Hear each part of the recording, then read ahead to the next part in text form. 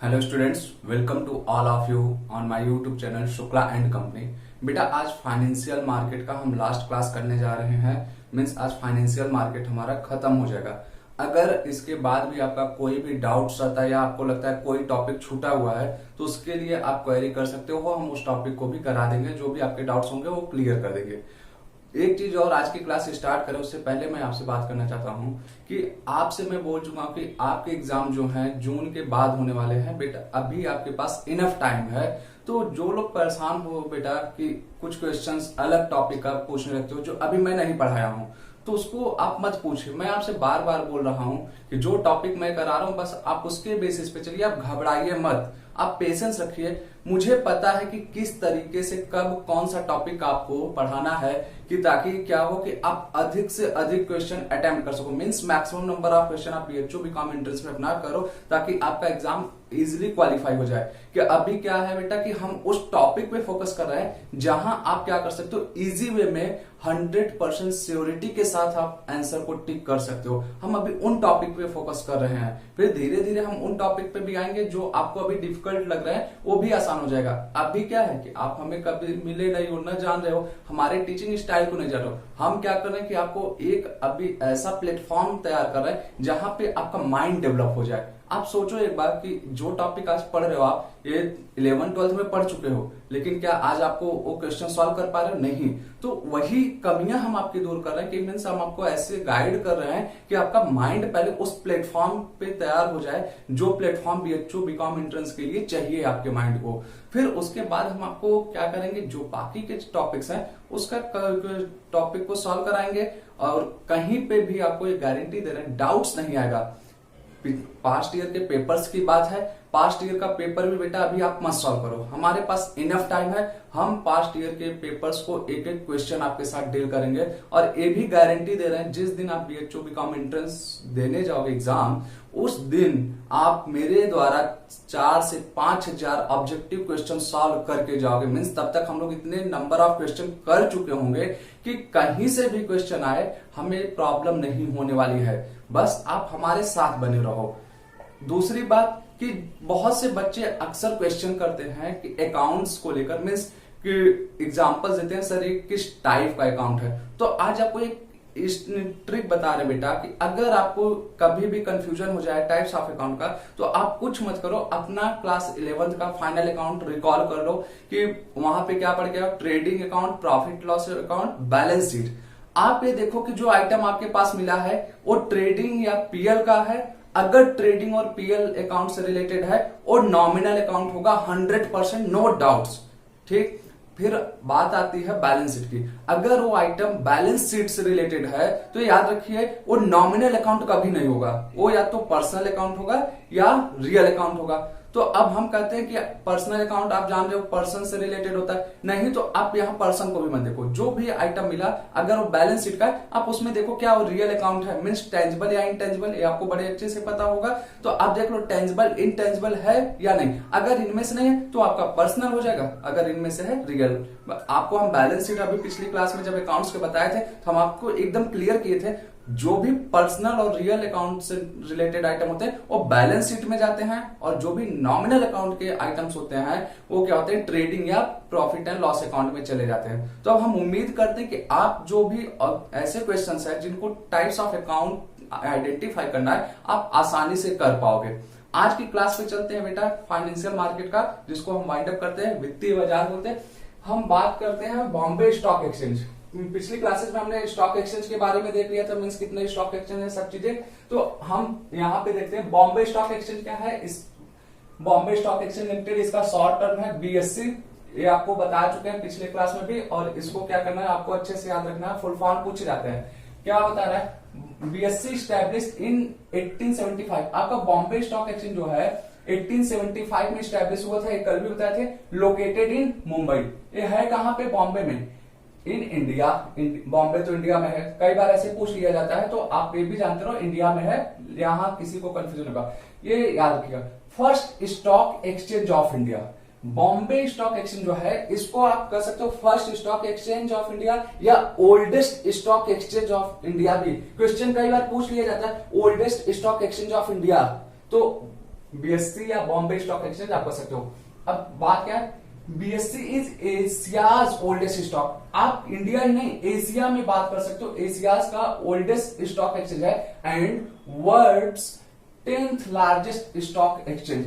Means बेटा विश्व के जो स्टॉक एक्सचेंज अगर आप कवर करते हो पूरे वर्ल्ड लेवल पे तो उसमें 10th लार्जेस्ट ये है बीएससी।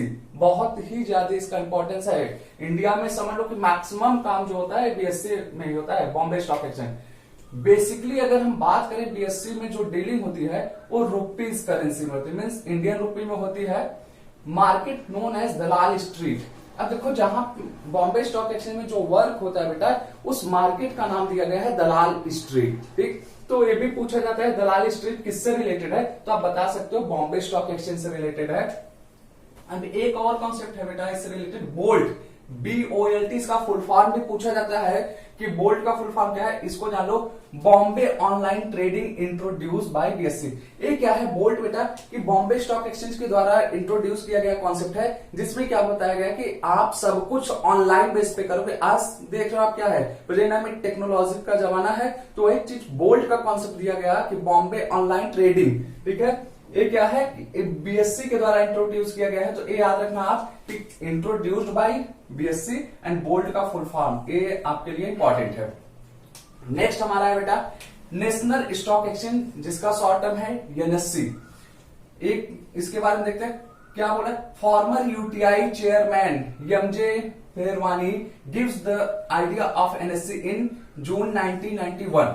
अब पहले इसके बारे में हम बताएं, आपसे हम एक क्वेश्चन करना चाहेंगे। कल की क्लास में हम आप लोग से यूटीआई और आईसीआई के बारे में बोले थे कमेंट बॉक्स में बताने के लिए, किसी भी स्टूडेंट ने नहीं बताया उसके बारे में। तो बेटा ऐसी गलती आप मत करो, मैं आपसे जब बोलता हूं तो उसका रिप्लाई किया करो, 2 वे कम्युनिकेशन होना चाहिए। हम देखते हैं कि कोई भी चीज बोलो आप लोग सुनते नहीं हो, तो उसका जो भी चीजें क्लास में बोली जा रही है कमेंट बॉक्स में आप फीडबैक दो, तो उससे क्या होता है कि पता चलता है कि हाँ आप लोग पढ़ाई कर रहे हो, अच्छे से कर रहे हो, सीरियस हो, अदरवाइज कोई फायदा नहीं है। ठीक, तो फिर देखिए आज यूटीआई का फिर नाम आया यहाँ पे, तो ये क्या है, चेयरमैन थे, मीन्स एक्स चेयरमैन कर सकते हो कि यूटीआई के थे, जिसका नाम फुल फॉर्म होता है यूनिट ट्रस्ट ऑफ इंडिया। कल ये कोई नहीं बताया, एमजे फेरवानी का नाम था। इन्होंने क्या किया था, एनएससी को स्टैब्लिश करने का इन्होंने ये आइडिया दिया, मीन्स एक इंडिया में नेशनल स्टॉक एक्सचेंज की स्टैब्लिशमेंट किया जाए। इट इज इनकॉर्पोरेटेड इन नवंबर 1992।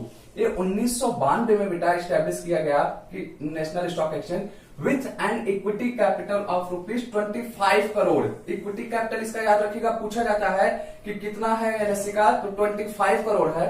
फिर एनएससी को सपोर्ट कौन कौन किया, मीन्स प्रमोट किसके द्वारा किया गया, ये देखिएगा, IDBI industrial development bank of India, फिर आईसीआई, ये भी आप लोग नहीं बताए, कल के क्लास में पूछा गया था, LIC life insurance corporation, GIC general insurance corporation.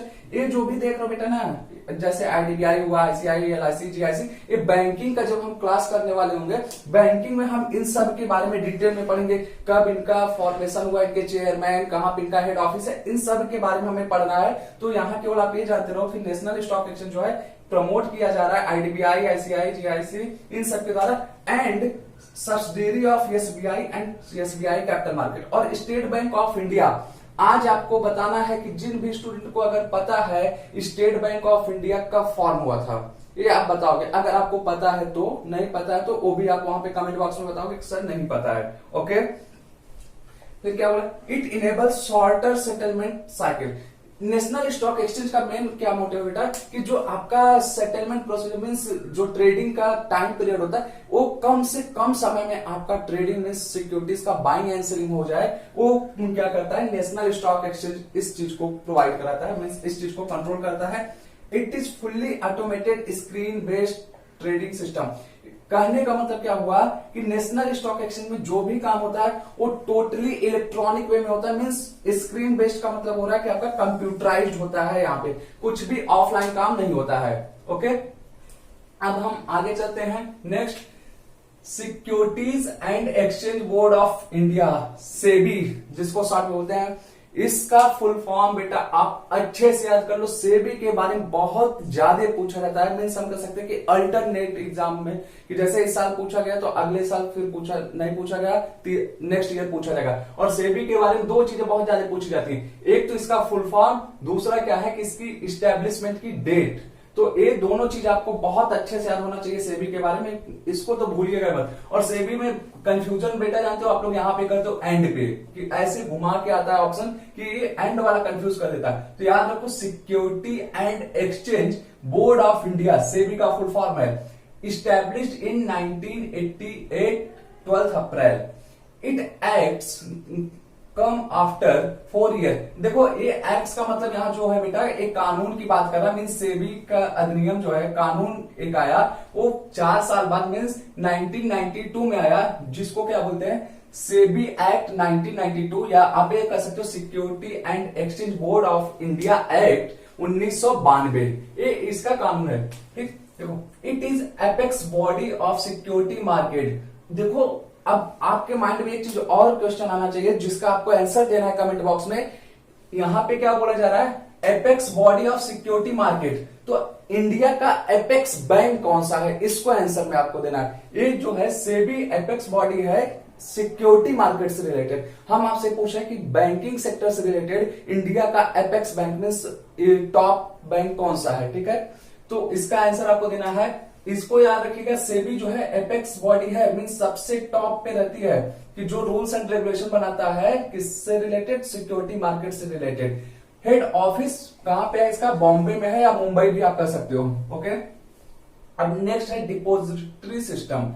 Depository system का क्या मतलब होता है पहले समझ लो। डिपोजिटरी सिस्टम जो आप शेयर्स का परचेजिंग एंड सेलिंग कर रहे हो ऑनलाइन बेस पे, इसको आप सिक्योर्ड वे में किस जगह पे रखोगे, मींस ऑनलाइन ट्रांजैक्शन कर रहे हो तो उसका आप स्टोरेज कहां करोगे वो बता रहा है। तो डिपोजिटरी सिस्टम आपको यही बताता है कि कौन कौन सी ऐसी संस्थाएं हैं जो आपको अपनी सिक्योरिटीज को सिक्योर्ड रखने का जगह प्रोवाइड कराती है या प्लेस प्रोवाइड कराती है, उसके बारे में हम बात करते हैं। अब देखिए क्या बोल रहा है, depository is a place where security are stored recorded on behalf of investors. Means depository एक ऐसा स्थान है जहां पे आपकी सिक्योरिटी जो भी आप क्या कर रहे हो, परचेज कर रहे हो या सेल कर रहे हो, वो क्या किया जाता है, स्टोर रिकॉर्डिंग होता है ऑन बिहाफ ऑफ इन्वेस्टर। अब हमारे पास चॉइस रहता है, अभी देखेंगे कौन कौन से हमारे यहाँ है कि जो डिपोजिटरी सिस्टम का काम करें, कौन कौन सी संस्थाएं हैं। तो हमारे ऊपर है कि हम किस संस्था के पास क्या नाम से कि अपना सिक्योरिटीज को स्टोर करना चाहते हैं, उसकी फीस दे सकते हैं हम और वहां पे स्टोर करेंगे। अब देखिए डिपोजिटरी सिस्टम का काम करने वाली हमारे यहाँ बेसिकली दो संस्थाएं हैं इंडिया में। पहला क्या है, नेशनल सिक्योरिटी डिपोजिटरी लिमिटेड, जिसको बोला जाता है शॉर्ट टर्म में NSDL। बहुत बार आप लोग सुने होंगे, हो सकता है कॉमन लाइफ में NSDL। तो ये याद रखिए, नेशनल सिक्योरिटी डिपोजिटरी लिमिटेड इसका फुल फॉर्म है। इस्टेब्लिश्ड इन 8 अगस्त 1996, 8 अगस्त 1996 को इसको इस्टेब्लिश किया गया था। और ये क्या है, first electronic security depository in India. Means हम कह सकते हैं कि ऑनलाइन बेस पे हम अपने सिक्योरिटीज को जहां पे सिक्योर्ड रख सकते हैं या स्टोर कर सकते हैं, वो काम करने वाली NSDL पहली संस्था है भारत की विथ नेशनल कवरेज, मीन्स पूरे भारत में ये अपना कवर करता है, ठीक है। NSDL इज प्रमोटेड बाई, अब इसको कौन प्रमोट कर रहा है, IDBI, UTI, NSE, सम बैंक्स जैसे आपका SBI, HDFC, एक्सेस, देना, ये बहुत सारे बैंक मिलकर मींस ये सब मिलकर इसको डिपोजिट NSDL को सपोर्ट करते हैं, ठीक बेटा।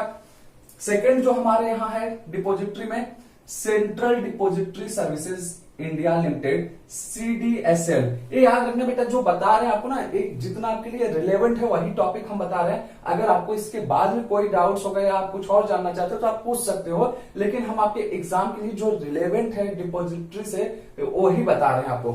तो central depository services India limited CDSL, ये दूसरा आपका डिपोजिटरी सिस्टम का वर्क देने वाला है। एक क्या हो, इस्टेब्लिश्ड इन फरवरी 1999 में ये क्या हुआ, देखोगे 3 साल बाद दूसरा हमारे यहाँ CDSL भी एक और आया डिपोजिटरी सिस्टम। ये क्या किया जा रहा है, it is promoted by BSE limited, means Bombay stock exchange के द्वारा एक प्रमोट किया जा रहा है, एंड सम बैंक्स, और कुछ बैंकों के द्वारा भी प्रमोट किया गया है।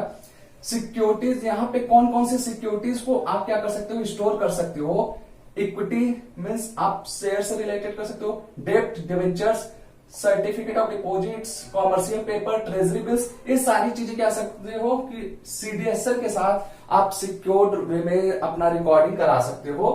ठीक, अब बात आती है स्टॉक इंडिसेस।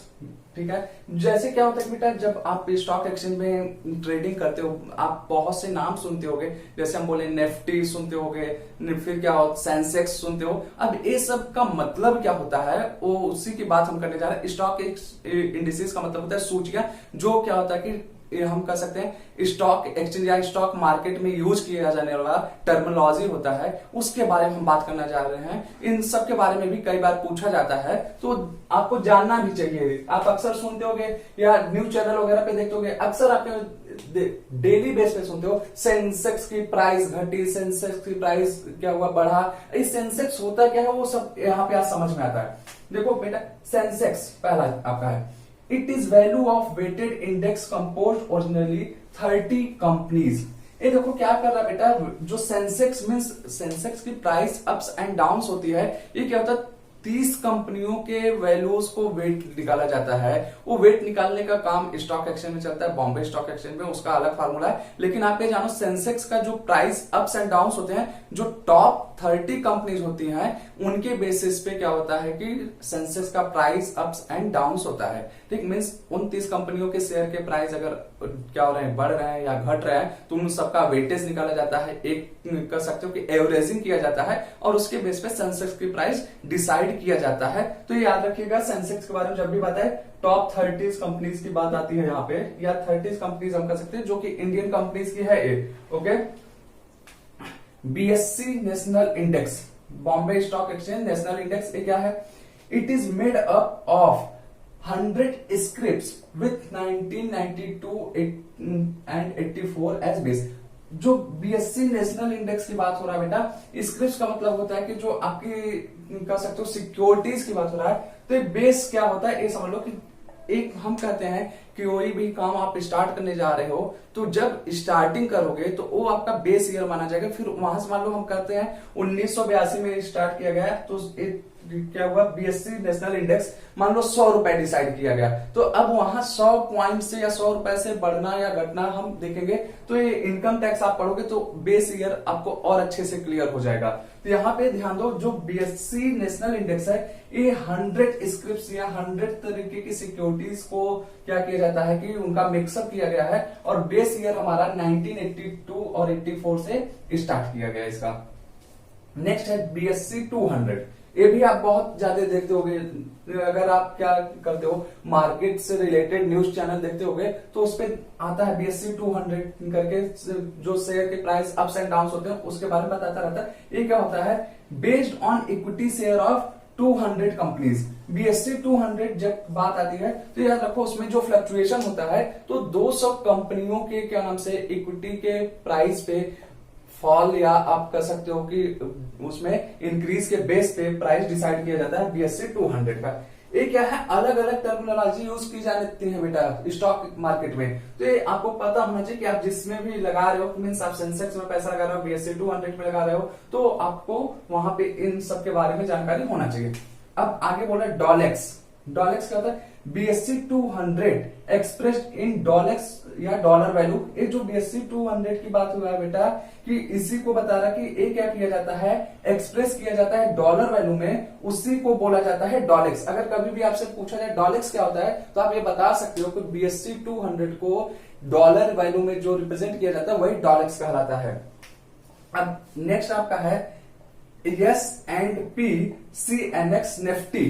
अब सबसे पहले इनका हम मीनिंग देख लेते हैं, क्या ये स्टैंड इसका फुल फॉर्म क्या होता है। एस का बात होता है बेटा जब भी स्टैंडर्ड, एंड पी का बात होता है पुअर। कई बार आपको एग्जाम में केवल एस एंड पी का फुल फॉर्म दे देता है, मीन्स एस एंड पी दे दिया, पहला ऑप्शन दिया आपको पुअर एंड स्टैंडर्ड, फिर दूसरा ऑप्शन दिया स्टैंडर्ड एंड पुअर, इस तरीके से देता है। तो आप हमेशा याद रखिएगा यस एंड पी का जो फुल फॉर्म होता है स्टैंडर्ड पुअर, बस इतना सा होता है और इसमें कोई तीसरा शब्द नहीं आने वाला है। तो इसलिए अब सी एंड एक्स का बात करते हैं। सी जो डिनोट करता है क्राइसिल को डिनोट करता है, क्राइसिल हम पिछली क्लास में पढ़ चुके हैं। एन जो डिनोट कर रहा है NSC means national stock exchange. X जो है इंडेक्स होता है इसका फुल फॉर्म। और निफ्टी, निफ्टी आपका इसके साथ यूज किया जाने वाला टर्मिनोलॉजी है। निफ्टी जो बात यहाँ पे आती है बेटा, ये निफ्टी 30 की बात आती है, मीन्स अब अभी पढ़ते हैं, हम देखते हैं क्या होता है।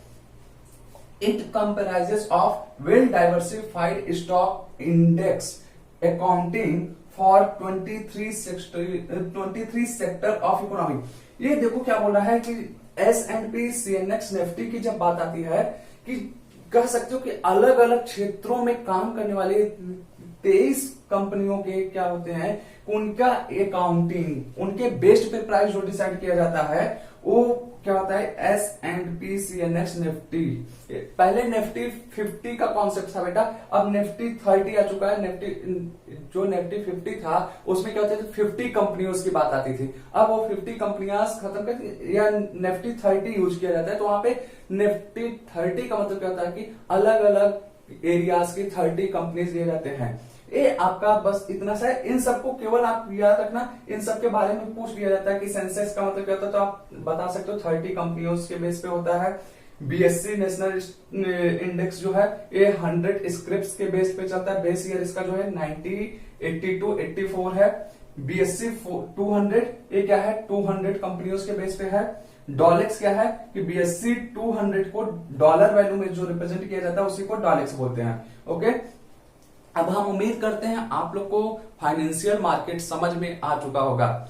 लेकिन आप ये याद रखिएगा फाइनेंशियल मार्केट की क्लास खत्म हुई है लेकिन क्वेश्चंस नहीं खत्म होने वाले हैं। जब तक आपका बीएचयू बीकॉम का एंट्रेंस नहीं हो जाएगा, बीच में हम आपको किसी न किसी दिन सडन क्वेश्चन प्रोवाइड कराते रहेंगे। तो इसलिए आप रिवीजन करते रहोगे बेटा। अगर कहीं भी किसी टॉपिक पे डाउट है उसको भी आप पूछ सकते हो। और लास्ट में हम ये बोलेंगे बेटा पेशेंस बनाए रखो, आपका बीएचयू बीकॉम एंट्रेंस का पूरा सिलेबस हम कवर कराएंगे, क्योंकि आपका एग्जाम जो होने वाला है वो जुलाई में होगा, अभी नहीं होगा। इस गवर्नमेंट भी क्लेरिफाई कर रहे धीरे धीरे कि अभी जून तक कोई एग्जाम नहीं लेने वाली है यूनिवर्सिटीज। तो आप पेशेंस बनाए रखो, हम 1 by 1 टॉपिक कवर करेंगे। अगर आप अभी बोलो तो हम इसी क्लास को 2 घंटे में खत्म कर देते हैं, मीन्स 2 लेक्चर में खत्म करते हैं, लेक्चर बड़ा बना देते हैं बस। लेकिन क्या होता है आपको समझ में नहीं आता और नंबर ऑफ क्वेश्चन हम आपको मैक्सिमम नहीं प्रोवाइड करा पाते। 2 क्लास बनाते तो हम 10-10 क्वेश्चन करके 20 क्वेश्चन आपको दे देते। लेकिन मेरा मेन मोटो यही है कि टॉपिक्स को छोटा किया जाए और मैक्सिमम आपको बेनिफिट दिया जा सके बेटा। तो आज की क्लास यहीं पे वाइंड अप करते हैं, मिलते हैं नेक्स्ट क्लास में। नेक्स्ट क्लास अब हम स्टार्ट करने वाले हैं बिजनेस एनवायरनमेंट का, और साथ ही साथ हम क्या करेंगे बिजनेस फाइनेंस की भी क्लास स्टार्ट करेंगे, मींस अल्टरनेट बेसिस पे करेंगे। एक दिन मेरा बिजनेस एनवायरनमेंट होगा, एक दिन मेरा बिजनेस फाइनेंस होगा, और अकाउंट्स की क्लासेस आपकी रेगुलर चलती रहेंगी, उसमें कोई प्रॉब्लम नहीं होगा। क्योंकि अब हम भी स्वस्थ हो चुके हैं, एनर्जी अब आ गई है मेरी, जो तबीयत खराब हुआ था अब काफी हद तक हम ठीक हो चुके हैं। हम अपना फुल एनर्जी के साथ अब क्लास लेने वाले हैं, तो आप लोग भी रेडी हो जाओ। Okay, thank you, good luck.